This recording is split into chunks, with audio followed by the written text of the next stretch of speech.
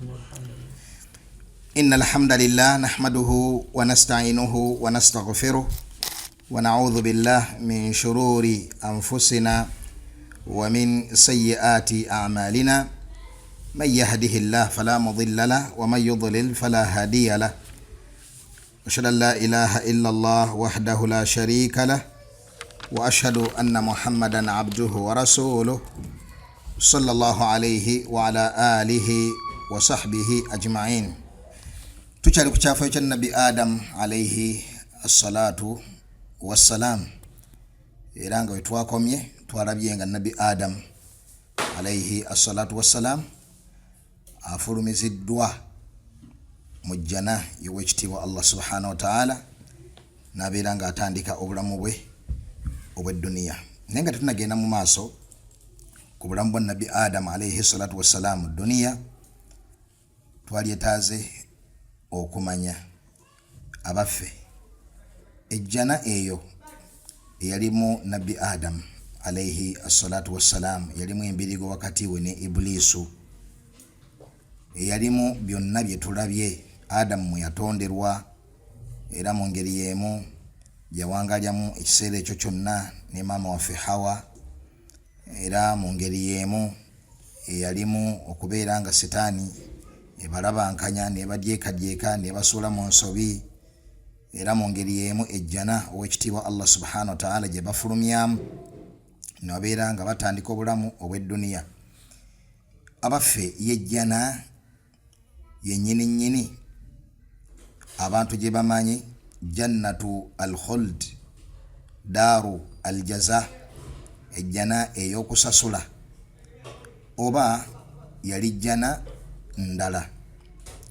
Qawlaani li ahli al-ilm, ebigambo biri bibiri wakati w'aba ulama. Ekigambo ekisooka kwe kubeera nti ejjana yennyini abantu gye bagenda okubeera nga bayingiramu nga bavudde mu bulamu obw'edduniya, era nga kye kifo ekirimu okusasulibwa, era nga Nabbi Adamu alayhi salatu wassalam singa teyatufulumya mu jjana eyo olw'ezzambi Allah subhanahu wa ta'ala lyamugerera n'agwamu, twalibadde tuli mu jjana eyo nga kye kifo kyaffe. Agamakulu olabanga Imam Ibn Qayyim rahimahullah agasongako bulungi mu abiyati ze twalabye: wa in daqati dunya alayka bi asriha wa lam yaku fiha manzilun laka yu'lamu fa hayya ala jannati adn fa innaha manaziluka al-ula wa fiha al-mukhayyam walakinna sabiyul aduwi fa hal tara na'udu ila awtanina wa nusallamu. Naam, gati dunia newe kufundirira etya twalabye abiyati zino musomo gwa fogwedde.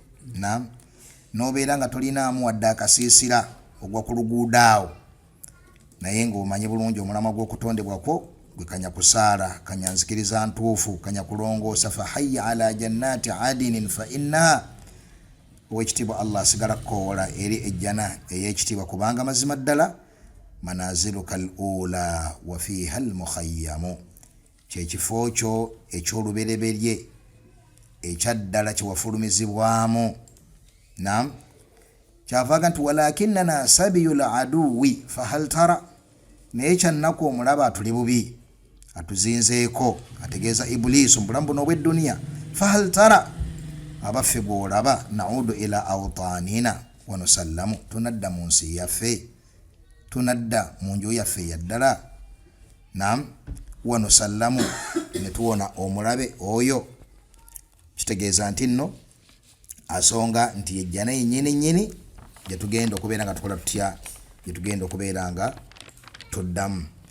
Ekyo nno kyekigambo kya jumuhur al-ulama nti ejjana yennyini owekitiibwa Allah subhanahu wa ta'ala gyagenda okubeera nga awa abaddu. Naam, kakati waliwo niqaashi wano nene wakati w'aba ulama, waliwo okuwanyisiganya endaba wakati waabwe. Lwaki bano balaba kino na lwaki bali balaba ekigambo ekirala? Ekigambo kya jumuhuru kyensinga okwagala okusentalingako ennyo okuteekako ebirowoozo ennyo. Allah yagamba nti walakum fil ardi mustaqarru wa mata'un ila hin. Naam, tutandike n'ekigambo kya jumhurul ulama. Jumhuru eraba nga bwe tulabye nti ejjana yennyini abantu bye bagenda okuyingiramu dar al jaza, ensi y'okusasulwa, era yejjana yennyini eyalimu kitaffe Adamu alayhi salatu wassalam, era gye yavaamu. Ekigambo ekyokubiri kyo kigamba kitya? Ekigambo ekyokubiri kigamba nti nedda yali jjana ey'enjawulo eryawo Allah gye yatonda okubeera nga agezeserezaamu kitaffe Adamu alayhi assalatu wassalam. So si jannatul khuld, etali eri ejjana yennyini ey'abakkiriza gye bagenda okubeera nga bayingiramu olw'emirimu emirungi gye bakola mu bulamu obw'edduniya. Kaakati abo nabo ne baawukanamu ebigambo bibiri. Oluvannyuma lw'okubeera nga bali ku kigambo kimu ekigamba nti si yejjana eri, ate ne baawukanamu ebigambo bimeka? Bibiri. Ekigambo ekisooka, ejjana eyo etali eri nga Allah gy'ayogerako wano mu kyafaayo kino bo mu ndaba yaabwe, ejjana eyo eri mu ggulu. Kitegerekka? Ekigambo ekyokubiri, ejjana eyo eri ku ki? Eri ku dduniya kuno. Ejjana eyo eri ku dduniya kuno, so teri luddawa, teri mu ggulu. Ekyo nno adhafu al aqwal. Ekyo nno kye kigambo ekisinga okubeera ekinafu ku bigambo ebisatu. Ebigambo biri bisatu naye nga biva mu bigambo bimeka? Bibiri. Ekigambo ekisooka kya jumuhuru, yejjana yennyini khalas, ekigambo kiri kimu kyetengedde kiri awo. Ekigambo ekyokubiri, jjana ndala Allah yagitonda n'agiteekamu ebitendo eby'enjawulo naye nga si yejjana jannatul khuld. Kitegerekka? Kaakati ekyo ekigambo ekyokubiri kirimu ebigambo bibiri. Ejjana Allah gye yatonda mu yateeka Adamu, era yalimu embirigo wakati wa Adamu n'omulabe Ibuliisu, eyo ejjana eri mu ggulu, teri ku dduniya. Ekigambo ekyokubiri, ejjana eyo yali ku dduniya kuno. Ne tugamba nti ekigambo ekyokubiri ye adhafu al aqwal, kyekigambo ekisinga obunafu ku bigambo byonna. Limaadha? Lwaki? Olw'ensonga Allah yagamba Adamu walakum fil ardi mustaqarru wa mata'un ila hin. Bwe yali amujja mu jjana eyo yamugamba ogenda kubeera ku nsi, ogenda okuwangaalira okutuusa lwona gibwamu omwoyo. Nekitegeeza nti ejjana eyo teri ku nsi kuno. Kati kitegeeza nti byonna bye beesembesa bitwalibwa tuleeta wano ab'ekigambo ekyo tetugenda kubireeta kubanga hakikatan byonna bizimbiddwa ku kigambo ekikyamu, eyo aya ekijjawo. Kitegereka bulungi? Kati ekigambo ekyokubiri kyekigambo ekigamba nti ejjana eyo yali mu ggulu. Kiba kitegeeza nti bagenda kunywezaawo ebintu n'abaana abalabe banywezaawo naye nga bagamba ye ejjana eyo enjawulo nti si yeeri jannatul khuld. Jumuhuru egamba etya? Jumuhuru egamba nti yejjana ya Allah tabaraka wa taala okulna ya Adam iskun anta wa zawjuka aljanna. Naam, owekitiibwa Allah subhanahu wa taala yagamba Adamu, wange gwe Adamu beera gwe nani ne mukyalawo mu jjana. Kati bagamba nti alif ne laamu eri ku kigambo aljanna. Naam, eri ku kigambo aljanna. Alif ne laamu mu lulimi oluwarabu ebeera ya kimu ku bino ebimeka? Ebisatu. Imma lil umum, yakubuna. Naam, wal mutallaqatu yatarabbasna bi anfusihinna thalathata quru. Eyo alif ne laamu ebuna buli mukyala yenna aweereddwa talaka, si bwe kiri? Wal mutallaqatu ya umum. Naam, omuteeko ogwokubiri ogwa alif ne laam ye lil ahad. Naam, adh-dhikri, lil ahad adh-dhikri. yekyo ekimaze okwogerwako emabega. Ekyokulabirako kama arsalna ila firauna rasula, nga Allah bwe yatuma eri firauna rasula omubaka. Rasula aliko alif ne lam? La, taliko ni alif ne lam. Naam.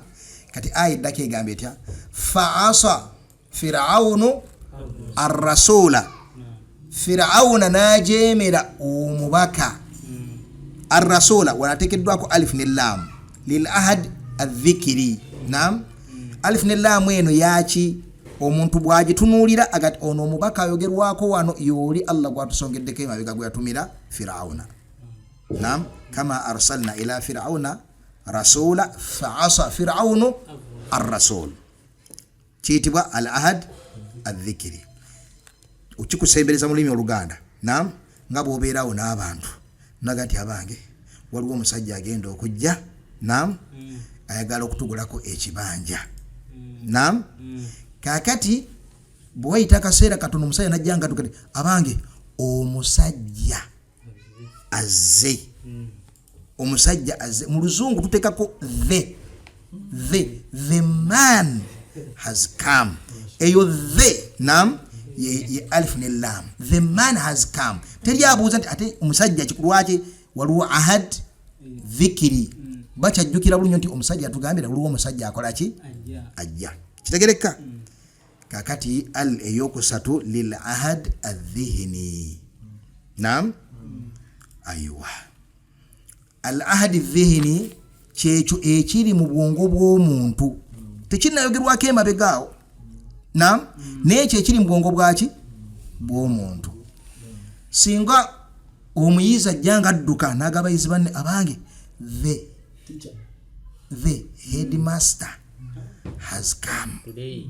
Abange headmaster akoze eki? Azze.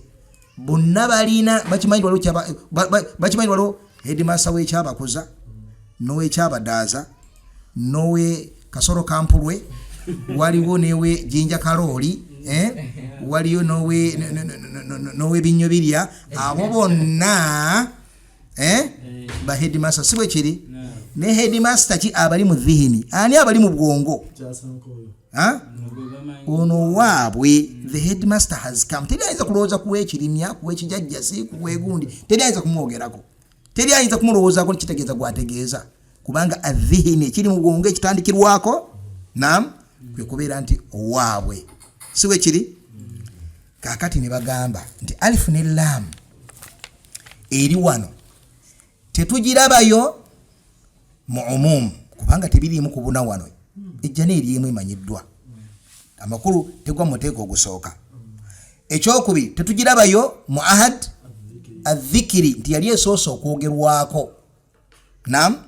Nti Allah basongera kujjana gyasoose okubagamba nga yanjawulo wa hakadha. Niwasigalawo alif ne lam okutegeeza amakulu ga mulundi gumu yeyo al ahad adh-dhihni. Eyo Allah gyategeeza abakkiriza gibamanyi buli kiseera bagambibwa kireka bulungi nga yesigaddewo headmaster waffe. Naam. Mushabe yuyu al ahad al-ish adh-dhihni. Obujulizi bwabwe obusooka. Obujulizi obwokubiri hadithi emanyifu eya al-muhajja baina Adam wa Musa. Naam. Era bawulaba terojita hadithu fahaja Adamu Musa. Bwatu batero okujita hadithu fahaja Adamu Musa. Owekitibwa Allah mu bigambo byatunyumiza omubaka Muhammad sallallahu alaihi wasallam Musa yasisinkana ni Adam alayhi salatu wassalam. Basisinkana mu ggulu. Allah yamuleetera Adamu yazukiza Adamu ne boogera nabbi Musa Allahu alam ebiri mu alamul ghaibi bitatuukako ngaffe abakyali mu bulamu buno bwaffe obw'edduniya. Almuhim Adam yasinkana ne nabbi Musa alayhi assalatu wassalam. Naam. Namubuuza ebibuuzo bingi.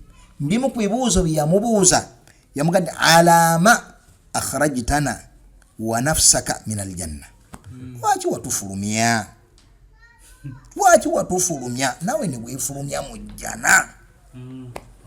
naam lwaki watufulumya nawe newefulumya mu jjana okiraba mu ngeri erikkiriya obulungi nti ejjana waneyogerwako yejjana yennyini kitegereka bulungi kakati wano nyina kyenjagalawo yamubuuza ekibuuzo nti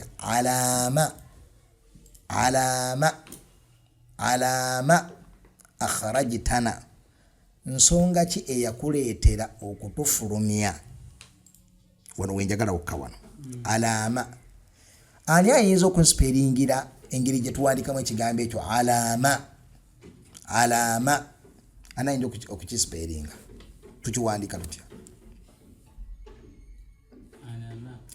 alaama twagala eyasoma imla aini ne lam ne alif mad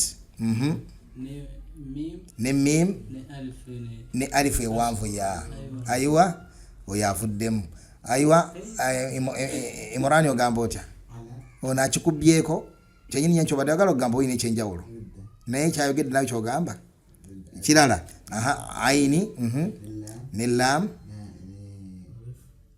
ne alif mad ne mim ne hamza ne alif mad kyekimuli kyagambye namuseeka wange aywa bakubyeko kikyo bakoze bubi alifu ziri bbiri naam okyali ku madhahabu gegamu ani aliira kyagamba abange ensonga entujige hafidhakumullah naam mim ya istifham tebako mad mim ya istifham tebako ki mim yokubuuza tebako mad ogam lima qataltani sal hadha lima qataltani naam sal hadha lima darabani buuza ono lwaki ankubye lima ma ebeera ma enjereere eriko fataha tebako ki tebako mad wonna wosiŋŋaana mimu ya istifham naam tebako ki tebako mad alaama akhrajtana min aljanna kitegereka mim ya istifham tebako ki ensonga etujegendeze barakallahu fikum tayib obujulizi bwa jumuhur obwokubiri obujulizi obwokusatu yajma'u Allahu an-nasa yani yawm al-qiyamah owekitibwa Allah agenda kuŋŋaanya abantu ku lunaku lwaki ku lunaku lw'enkomerero fayaqulu al-mu'minuna abakkiriza bagambe hina tuzlafu lahumul janna ngejjana ebasemberezeddwa eri awo kumpi nabbi asonga ku aya ki la wa uzlifatil jannatu lilmuttaqin ghayra ba'id ejjana nesembezebwa abakkiriza nebasemberera awo kumpi sawa ya kugiyingira wallahi wa billahi moment jeri ekimatalinga olibeera mu kibinja ekyo ekirindiridde oba olibeera eri nga watandisedde emitawaanajo kitegereka kakati faya atuna adama ne badduka ne bagende buli nabyani nabbi adam alayhi salatu wasalam fayaqulu ne bamugamba ya abana kitaffe adam istaftah lana aljanna tukusaba otusabire Allah genda otusabire Allah tukkirize tuyingire ejjana kitegereka kubanga wagenda kubaawo shafaa y'okuyingira ejjana obutafaanaganako omuliro gwo kubaleeta kugulawo miryango kubayiwayo naye ejjana bagenda kujja bagituukeko balindirire babakkirize okugiyingira bannyiniyo kitegereka bulungi tukijjawo ekyo tukijja mu surati Zumar yagamba atya Allah wasiqa alladhina kafaru ila jahannama zumara hatta idha ja'uha futihat abakafiri bagenda kuŋŋaanyiza batwalibwe eri omuliro. Bwe banaagutuukako futihat guggulwewo amangu ddala mu baasi tebali kubalinzalinza kubanga gyokomwa okuba kyeriyako ebweru ekyo kyengera. Naam, okuba kyeriyako ebweru katono ekyo kyengera kubayingizaayo butereevu. Aya eddako wasiqa alladhina taqaw rabbahum ila aljannati zumara hatta idha jaauha wa kuliko waaw etaliko wali wa futihat abwabuha. Mwebyo ebyensanyusa nga nzukidde faida eno yansomesebwa emyaka mingi egiyise Sheikh waffe ow'ekitiibwa Abdul Karim Mugendera hafidhahullah nga tuli ku jamaat nansomesa faida eno. Nsaba Allah musiime. Kakati hatta idha jaauha wa futihat abwabuha kiki tuliko wano hina tuzlafu lahumul janna fayatuna adama fayaquluna ya abana nibagamba Adam owange gwe kitaffe istaftah lana aljanna tukusaba otugambire Allah otusabire Allah atukkirize tubirenga tuyingira ejjana. Fayaqulu wano wenjagala era wali obujulizi bwajjo muhuo. Naam, Adamu abagambe wahal akhrajakum min aljanna illa khati'ati abikum, mwerabidde nti nno ekyabafulumya mu jjana kisobyo kya kitammwe. Mwerabidde nti ekyabafulumya mu jjana kisobyo kya kitammwe. Hadithi eyo erimu obujulizi obulikkiriya obulungi nti ejjana gye baagala okuyingira yejjana yennyini kitaawe Adamu gye yafulumizibwamu. Sinze mwana okusaba Allah okugiyingira mwerabidde nti nze nagibajjamu. Kitegeeka bulungi? Bujulizi bulikkiriya bulungi nnyo obwa jumuhur ku nsonga eyo. Era mu ngeri y'emu obujulizi bwa jumuhur kigambo kya Allah kigamba fala yukhrijannakuma min aljannati fatashqa. Ibulisu tebafulumya mu jjana temuyingira obulamu obwakanyigo. Kitegeeza nti ejjana eyo yalina embeera ey'enjawulo etaliimu kanyigo, etaliimu kutawaana kwonna, etaliimu naam bulungi bwereere. Era mu ngeri y'emu obujulizi bwa jumuhur kwe kubeera nti nno alqissa kulluha tadullu ala anna al-umur kanat fi al-malakuti al-a'la. Kissa yonna eraga nti ensonga zino zonna zaali mu bwakabaka obwaki obwa waggulu. Mathalan Adamu lwamala okufuyibwamu omwoyo Allah yamugamba atya idhhab ila haula'i nafaru min al-malaika, tambula ogende wali zimalaika ziri fasallim alaihim watolere ki salaamu. Naam, wanzur madha yujibuna lak, owulirize bagenda kwanukula batya. Olaba nti byonna biri mu bwakabaka obwaki obwakabaka obwa waggulu. Era ebitendo Allah byatenda nabyo ejjana eno olaba nga byebitendo byejjana eri. Inna laka alla tajua fiha wala ta'ara, mujjana eyo temuli njala, naam, temulimu madha buyinike, temulimu nyonta, temulimu musana, temulimu. Olaba nga ebitendo byejjana yawa ejjana eya waggulu. Kakati bano ekigambo ekyokubiri kisiteminga kuki? Kiva kuki? Kiva kubeera nti nno batunuulira ejjana eno nga Ibuliiso yasobola okugikoleramu ebintu naam ebitagwana kubeera nga ddala lyebikolera mu jjana ey'ekitiibwa. Awe wasinziire ekigambo ekyokumeka? Ekigambo ekyokubiri. Kijja kitya okubeera nti ejjana eyo yasobola okubeera mu isyan, okujeemera Allah tabaraka wa taala? Kitegereka? Kijja kitya okubeera nti Ibuliiso ng'emaze n'okujeema aqarrahu Allah subhanahu wa taala fil janna, Allah yagireka mu kifo eky'ebyengeri kifaanaganako bwe kityo. Naam, awamu n'ekyo nga muzigiteeka mina saghirin, nesigala nga yeeyagalira mu jjana. Kitegereka? Yaani ensonga zonna ziva ku kubeera nti balaba nti nno ebikulu ebifaanaganako bwe bityo byali tebisoboka kubeera nga bikola bitya nga ebeera mu jjana eyo. Wewava ekigambo ekyokumeka ekyokubiri. Naye okwanukula ebigambo ebyo mu bufunze ennyo tugamba nti kituufu aljanna dar jaza, kifo ekijjudde obujjuvu ekitaliimu maasiya nga Allah la fiha ghawlun wala hum anha yunzafun. Naam, la yasmauna fiha lagwan wala ta'thima. Tugenda kulya mu jjana eyo bigambo bitagwanidde wadde amazambi wadde ekintu illa qilan salama salama. Kituufu ejjana bwetyo bwefaanana.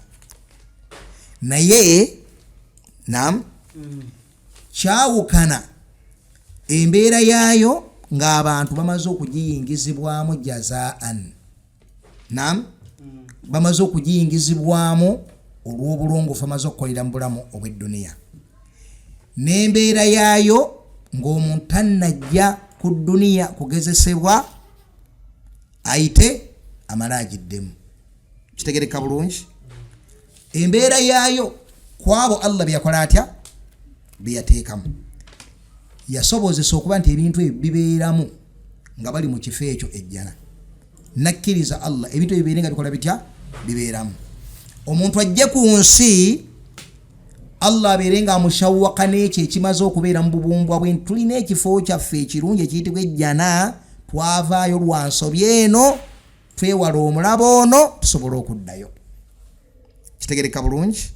Tusobole okubeera nga tukola tutya, nga tuddayo. Ikhtisara mu bufunzo bw'ekika ekyawaggulu, eyo ye ansa esobola okuweebwa ishkal eyavaako ekigambo ekyokumeka, ekigambo ekyokubiri. Wallahu ta'ala a'la wa a'lam. La ilaha illa Allah wahdahu la sharika lah. Naam, kaka tugenze ku bulamu bwa Nabbi Adam alayhi salatu wassalam ng'amaze okubeera nga ajja ku dduniya. Ekisookera ddala tewali bujulizi mu Qur'ani wadde mu sunna butubuulira ekifo ddala ddala Adamu kye yakkamu ku dduniya. Ekifo kye nnyini bwe yakka ku dduniya yatuukira wa? Abaffe yatuukira Kannabule mu Kumwaro, yatuukira Buyindi, yatuukira Brazil, yatuukira Makka, yatuukira Iraq, yatuukira luddawa. Obujulizi mu Qur'an ne mu sunna tebukola butya, tebuliiwo. Naye bannabyafaayo banna taarikhi bo basigala batunula eno neeri ne banoonya ne basigala nga bawandiikidde umma ebitabo ebyenjawulo. Kigambo ekisinga okubeera common mu ba ulama kwe kubeera nti nno Nabi Adam alayhi salatu wassalam bwe yakka ku dduniya yatuukira mu ggwanga erya Buyindi. Abalala ne babeera more specific ne bagamba mu ggwanga olwaleero eriyitibwa Sri Lanka. Kituufu Sri Lanka waliyo olusozi luyitibwa Adam's Peak gye luli e Sri Lanka. Naam, era nga bakilaiminga nti awo Adam alayhi salatu wassalam weyakola ki, weyatuukira. Abalala ne bagamba nti Adamu bwe yakka yatuukira Makka, mukyala we Hawa n'abeera nga ye yatuukira luddawa, yatuukira olwaliro wali ekibuga Jidda, era nga bagamba nti ekigambo Jidda asluha Jadda. Jadda kitegeeza ki? Yajja mukyala. Eyo yonna mwebiri mu bitabo byaki bya taarikhi. Ffe tugamba tutya? Tugamba nti singa kyali kikulu gye tuli okukimanya Allah yali kitubuulidde. Allah teyaleka kya mugaso eri ddiini yaffe okujja kuba kikola kitya, yakitugamba. Fallahu alam. Adam bwe yakka luddawa Allah yasinga okumanya. Agamba wekitiibwa Allah subhanahu wa ta'ala, kana annaasu ummatan wahida faba'atha Allahu an-nabiyyina mubashirina wa munzirin wa anzala ma'ahum al-kitaba bil haqqi liyahkuma bayna an-nas fima ikhtalafu fihi. Omulala naye bamwogerako naye ffe tukonye ku bano omumpembe naye bamwogerako ne tafsiri bamwogerako. Naam. Aya eno abalungi ab'ebitiibwa etulaga ekyaliwo mu bulamu bw'omuntu oluvannyuma lw'okukka kwa nabbi adamu alaihi salatu wassalam ku duniya. Adamu bwe yatuuka ku duniya ne mukyala we omulimu bagutandikirawo ogw'okuzaala. Bazaala nno ne bazaala, era ffe ffenna tuva mu bazadde abo ab'ebitiibwa ababiri, Adamu nani ne Hawa. Ebbanga eryaliwo wakati wa nabbi Adamu alaihi salatu wassalam ne nabbi Nuhu alaihi assalatu wassalam gyali myaka emeka?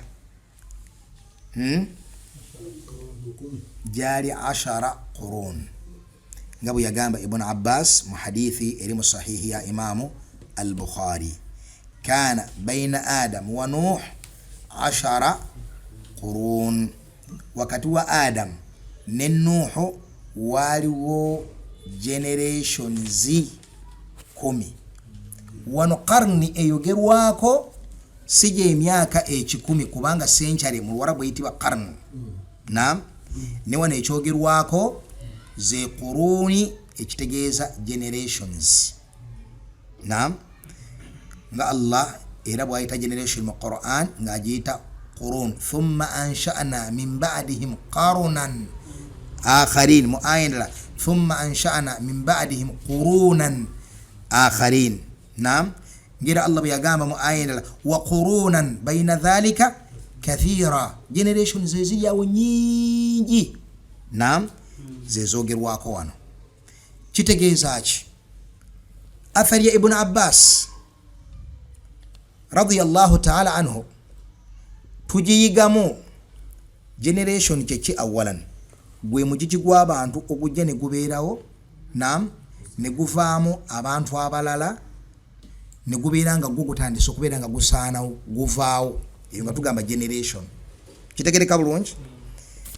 Olwaleero obuwangazi bw'omuntu obuli average buli wakati wa myaka 6 na 7 nga Nabbi sasa bwe yagamba mu hadith.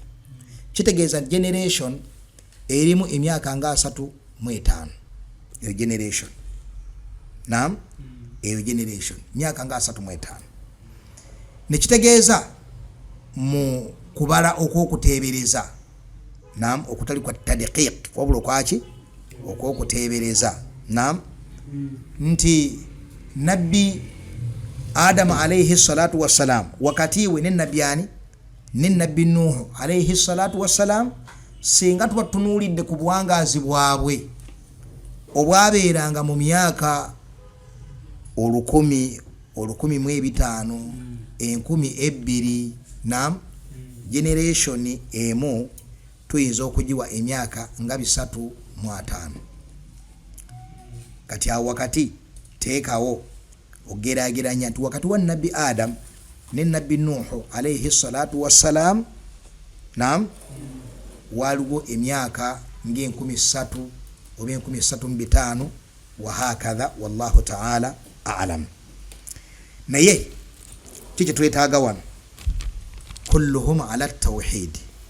Abantu abo bali ku tawhidi, bali mu kwawula ow'ekitiibwa Allah tabaraka wa ta'ala, nga bali ku bulungi abantu abo. Allah songa ku kiseera ekyo bwe kana nnaasu ummatan wahida, abantu bali umma emu. Imamu Saadi rahimahullah yagamba ay kanu mutajammiina ala tawhid wal huda. Naam, bali begasse ku tawhid, kwawula Allah n'obulungam, nga bali ku bulungam, tebali ku bubuze. Oluvannyuma batandika okudeviatinga okuva ku mulamu ogwo ne bakwata amakubo g'obubuze, ne babeera nga batandika okubula olubula olw'amaanyi. Bal essaawa neetuuka ng'abantu basengukidde ddala ow'ekitiibwa Allah subhanahu wa ta'ala, bali mu bushiriku obw'ekika ekyawaggulu, waliyadhu billah. Kanu mutajammiina ala alkhairi, oluvannyuma baviira ddala ku mulamwa ogwo. Ekyo nno kyatandika kitya? Mubo mwalimu abasajja abaali abasufu mu kusinza Allah tabaraka wa ta'ala. Abasajja abo 5, Sitaani bwe yagala okutandika okubuza omwana Adamu weyafunira akakisa akasooka kwali kubasuulamu kirowoozo tyabange abasajja abo lwaki temubakozeemu ebibumbe mubeere nga mubajjukirirako okusinza Allah subhanahu wa ta'ala, mufune endasi mubeere nga musinza Allah nga nabo bwe bamusinzanga. Fafaalu dhalik, ne bakikola. Naam, era nga Ibn Abbas bwatulaga nga nnyonnyola amannya ga ebibumbe ebyasinzibwa ku mulembe gwa Nabbi Nuh alayhi salatu wassalam. Waqalu la tadharunna alihatakum wala tadharunna wadda wala suwaa wala yaghutha wa yauqa wa nasra. Naga kanu rijal salihin, bali basajja baki abalongoofu ku mulembe gwa Nabbi Nuh alayhi salatu wassalam. Era bano abakola ebibumbe ebyo tebabisinzizaako ddala, baali mu kusinza Allah ne bafiira ku ekyo. Sitaani ng'erinda generation egenda okukola etya, egenda okujja ekigambe nti abange mwe mwava dda ku ddiini y'abakitammwe, temulaba nga kitammwe basinzanga bintu ebyo. Abo ne batandika okusinza mbu bakitaabwe bye bakolanga batya, bye basinzanga, ng'era bwe kiri ekyekwaso kya buli musamize mu buli mulembe mu buli kitundu obutava ku ekyo ekyaliko bajjajjaabwe. Kitegereka bulungi? Kale bwe batyo batandika okusinza ebitali Allah subhanahu wa ta'ala. Oluvannyuma lw'okuba Nabbi Adamu alayhi salatu wassalam yalunda abaana be n'alunda abantu be ng'abalundidde ku bulungi ne babeera ku tawhidi ebbanga eryonna eddene. Oluvannyuma Allah subhanahu wa ta'ala n'atuma awwal rasul wa huwa Nuh alayhi assalatu wassalam. Omubaka yasooka okutumibwa eri abantu ye Nuh alayhi assalatu wassalam, ate nabbi eyasooka okubeerawo mu bantu ye Adamu alayhi assalatu wassalam. Nabbi Nuh najja n'atandika okubeera nga akola omulimo gwe. La ilaha illallah. Kakati owekitiibwa Allah subhanahu wa ta'ala abuuza ya ma'ashara al-jinni wal ins, abange mu abantu n'amaki n'amajinni, alam ya'tikum rusulun minkum yaqussuna alaykum ayati wa yunzirunakum liqa'a yawmikum hadha. Abange mmwe abantu n'amajinni, owekitiibwa Allah teyabatumaamu ababaka yaqussuna alaykum ayati, ababaka abo nga babasomera amateeka g'owekitiibwa Allah subhanahu wa ta'ala, wa yunzirunakum liqa'a yawmikum hadha, era nga wabatiisa olunaku luno lwe mugenda okubeera nga musinkana owekitiibwa Allah subhanahu wa ta'ala. Kikyenjagala wano ya ma'ashara al-jinni wal ins, abange mu abantu n'amaki n'amajinni. Wano tujjira ku kibuuzo abange afil jinni rusul, twabuuza ku kibuuzo kino emabega wali. Amajinni nago galimu ababaka, aljawaabu la, amajinni tegalimu baki, tegalimu babaka, wabula ababaka b'amajinni beebo ababaka abantu abatumibwa mu bantu. Wama arsalna min qablika illa rijala. Mathala Nabbi Musa alayhi salatu wassalam yali nabbi w'abantu ku mulembe gwe, era nga ye nabbi w'amajinni ago ku mulembe gwe. Kitegereka bulungi? Kakati amajinni galimu badduat, abakowooze, mulimu banudhur, abatiisa mubo. Kitegereka bulungi? Yensonga lwaki ku mulembe gw'omubaka Muhammadi sallallahu alaihi wasallama amajinni ago gajja eri Nabbi sallallahu alaihi wasallama ne gamusomako ne gaddayo eri abantu baabwe nga gabatiisa. Wa idh sarafna ilayka nafara min aljinni yastami'una alquran falamma hadaruhu, bwe bajja wali Nabbi sallallahu alaihi wasallama amajinni ago ne gawuliza Quran, wallaw ila qawmihim munzirin, ne gaddayo eri abantu baago, eri majinni gannaago munzirin nga gakola gatya, nga gatiisa. Ne gaddayo nga gatiisa. Qalu ya qawmana inna sami'na kitaban unzila min ba'di Musa. Kitegeeza nti ku mulembe gwa Nabbi Musa baalina ki, era gajjanga irimu mu Tawraati. Kitegereka bulungi? Wa hakadha. Nolwekyo bwe kityo bwe kiri nti mulimu bannudhu. Yagamba Sheikhul Islam Ibn Taymiyyah rahimahullah lam yakun min aljinni rasul, amajini tegabangamu babaka.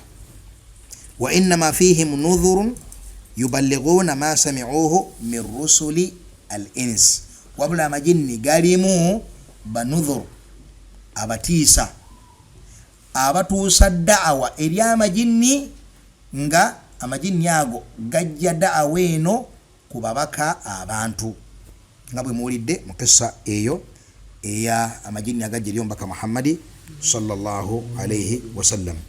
Ni hadithi eno ya Abdullah ibn Mas'ud radiyallahu ta'ala anhu, bigo bya Sheikhul Islam bil Majmu' al-Fatawa, yagamba omubaka sallallahu alayhi wasallam nti atani da'iya al-jinn, omukowoze mu majini yajja eri nabbi sallallahu alayhi wasallam. Nabbi yali awo nga atudde ne basahaba. Ibn Mas'ud nani nabbi n'ababulako, tebaddamu kumulaba okujjako enkeera ne basula nam nga bamunoonya, balowooza nabbi atusiddwako obuki obuzibu. Baba yali awo ku makya ng'akomyewo nam n'abagamba nti atani da'iya al-jinn, omuwali mu majini yazze nam nanyinyonnyola ekizibu ekiri ewaabwe, ng'omusajja bw'ava ekanna buli munajja mu kibuga n'atuuza ba sheeki n'abaga nti ekiri ewaffe okusamira kuyitirivu kyakulabirako, si bwe kiri? Ayiwa, nabbi n'abiteekamu engatto n'ayolekera eri amajini ago ogakolako ki daawa. Nabbi agamba nti fadhahabtu ma'ahu, neŋŋenda naye omukowooza oyo mu majini nam omulongoofu, walillahi alhamdu wal minna. Agamba nti faqara'tu alayhim alquran, nembasomera ki? Nembasomera Qur'ani, hadithi mpanvu, ne basaba kino nenkola kino, wahakadha wahakadha wahakadha, hadithi mpanvu. Kyenjagaddemu kyekyo olw'obufunda bwakaki, olw'obufunda bwakadde. Nolwekyo awo tugenda okubeera nga tutandikira biidhnillahi tabaraka wa ta'ala. Wafaqa Allahu aljami' lima yuhibbuhu wa yarda, walhamdulillahi rabbil alamin.